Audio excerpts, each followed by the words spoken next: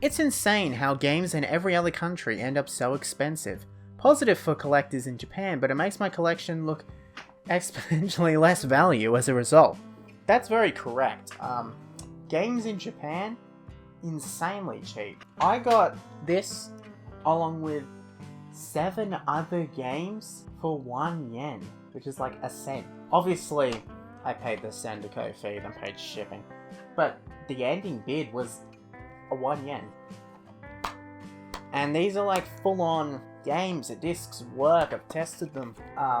And like there's new Super Mario Bros. Wii and things that are actually worth a thing. But even if you go to Japan, like bloody hell, even the game I talked about earlier, Legend of Star V2 or whatever you want to call it, I got it for 330 yen. So I'm gonna focus on, oh there we go. 330 yen for a full-on game. Even I got Super Mario Advance 4 and 2. So the Super Mario Bros. 3 port and the Super Mario World port, 330 yen, which is like 3 Australian bucks, or a little bit more. But that's insane. That's absolutely insane that the prices there are just so much cheaper. I don't really have a theory as to why, but it's pretty easy to collect in Japan, I'm not gonna lie, for the majority of stuff. The things that are actually, I feel like, the most expensive are things like a Game Boy Advance. This is not a Japanese Game Boy Advance. This is an Australian Game Boy Advance. But like, if you were to buy a Japanese Game Boy Advance, it could go for like 20,000 yen, like 200 bucks. Don't take my word for what the prices are, I'm just making stuff up. But that was what I saw when I was there. Or even, but like, then I got a Wii U for almost 4,000 yen. A white 32GB Wii U with the gamepad, and I think it came with all the cords. It came with the majority of the cords. I didn't need the cords because I just used like Australian cords.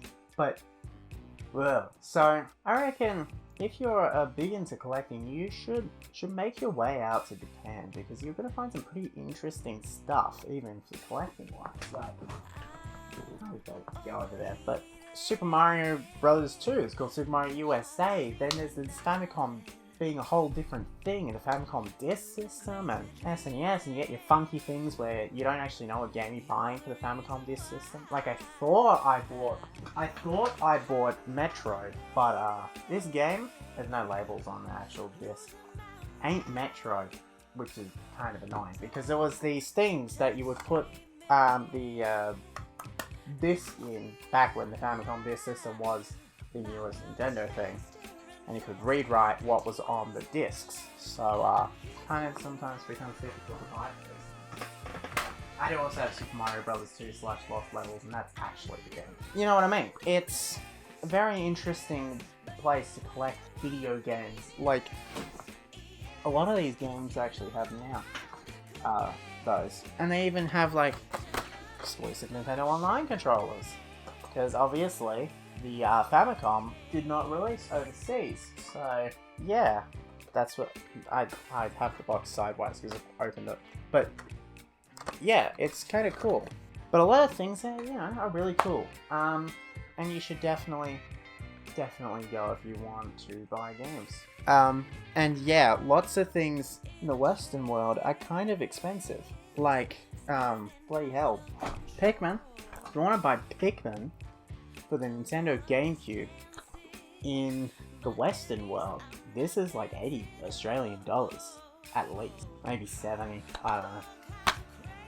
It's very hard, by the way, for Australian game collecting, because price charting really is normally about like British games, and occasionally they have different prices in Australia because it's a different region. Well, it's not a different region, it's PAL, but like it's in Australia. It's a bit complicated, but I mean, it's mostly correct. Whereas if you wanted to buy this in Japan, it'd be like 10 bucks maybe for the exact same game. Obviously I'm talking about the GameCube version, not the Wii version and not the Switch version. Specifically the GameCube version. Yeah, prices can get kind of funky around the world.